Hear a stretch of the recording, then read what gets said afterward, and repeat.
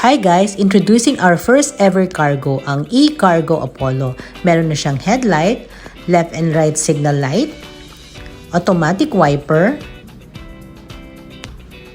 and itong headlight niya is adjustable siya. So pwede nyo siyang iangat kung gusto nyong pataas ang tama ng ilaw or pwede ring pababa. Guys, ang ganda rin ng materials nito kasi yari na siya sa bakal or yero. So talagang pang heavy duty siya, pang matagalan.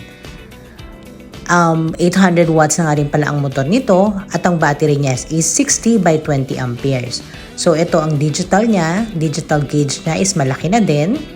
Meron na rin siyang free dito na cellphone holder.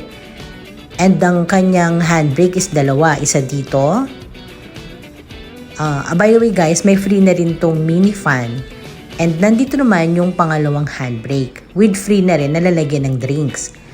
Ito naman yung itsura ng ating underseat compartment, no? So maluwag pa siya, kung meron pang konting ilalagay, pwede pa dyan.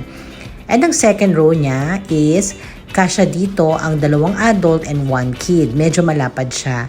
So mamaya papakita natin na nakukonvert yan. So ito naman yung bandang likod. Ayan, ito rin guys, may free na rin po siyang trapal, no? And itong upuan, nakukonvert siya to cargo din. So kung marami kayong bagahe, yan, pwede nyo siyang tiklupin. Kita nyo naman guys, yung material niya talagang bakal na siya, no? Bakal and yero. So talagang pang heavy duty to, pang matagalan. Okay, yan na rin ang kanyang tail light and signal light, no?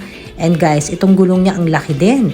Ang size nito is 3 by 12 inches, no? So talagang pang cargo. Pwedeng pang cargo talaga. Yan, no? Okay, so ito rin guys pala, yung kanyang bubong is made of yero na. So talagang pang heavy duty, hindi na siya yung nagka-crack, no, or na pupunit. Yan, so talagang pang malakasan. And makikita nyo naman, yan, kasyang-kasya ang 6 na adults dyan, no? Kapit na guys sa ating price reveal. Etong cargo na to na talaga namang pang malakasan. Makukuha nyo siya for only 52,888. Dito lang yan sa Sahara. So ano pang hinihintay nyo guys, no?